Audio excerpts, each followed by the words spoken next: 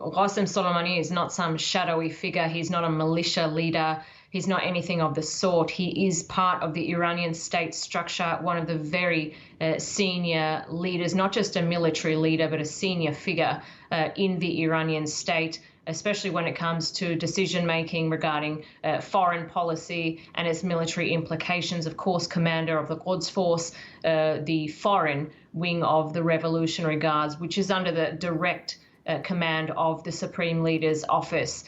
This is a very significant event when it comes to Iran and the calculations to do with the United States. Of course, since the election of Donald Trump, relations between the US and Iran, which did look like they were heading in the right direction after that nuclear accord in 2015, they've really gone off track. Things have escalated rather dramatically in the Persian Gulf region, not just involving the United States and Iran, but of course involving other countries too, Israel, the United Arab Emirates, Saudi Arabia, who are all on the US's side, effectively pushing that hard line and supporting Trump's maximum pressure strategy.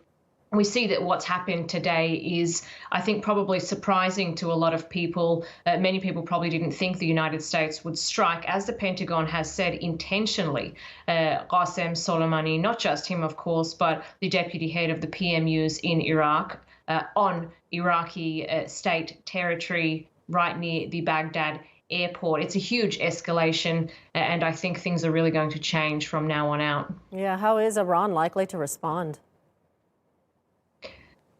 Despite what many people think, Iran is a rational state actor, particularly when it comes to its foreign policy.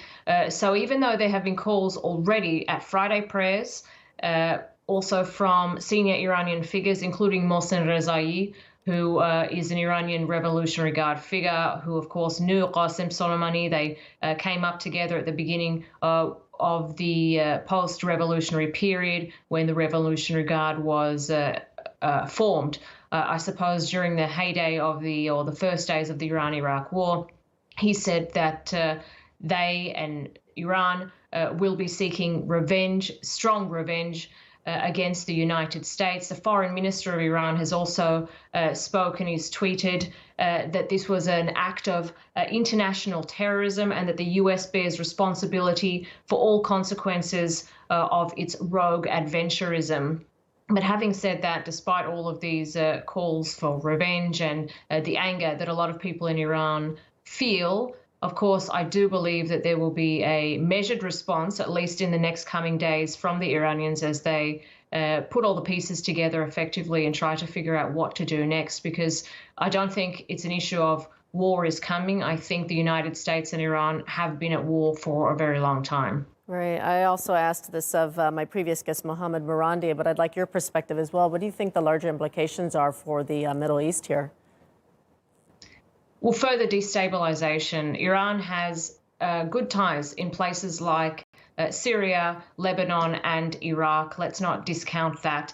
Despite the framing of, particularly in the Iraqi theater, that the Iranians are unwelcome, a lot of Iranian figures, including Qasem Soleimani, had very good ties to Iraqi politicians, including figures in the north with Kurdish politicians as well, that they'd really maintained and built up those relations for many, many years. They have the kind of critical capital on the ground that the United States just does not have and cannot build, because they have no cultural ties or even geographical ties to the area. So I think that there's a lot of regions here where Iran can exert its pressure against the United States. The presence of US troops in Iraq is ostensibly to fight ISIS is very unpopular already. So I think that there are areas here that Iran can exploit, if not in open confrontation, but by using pressure and proxies.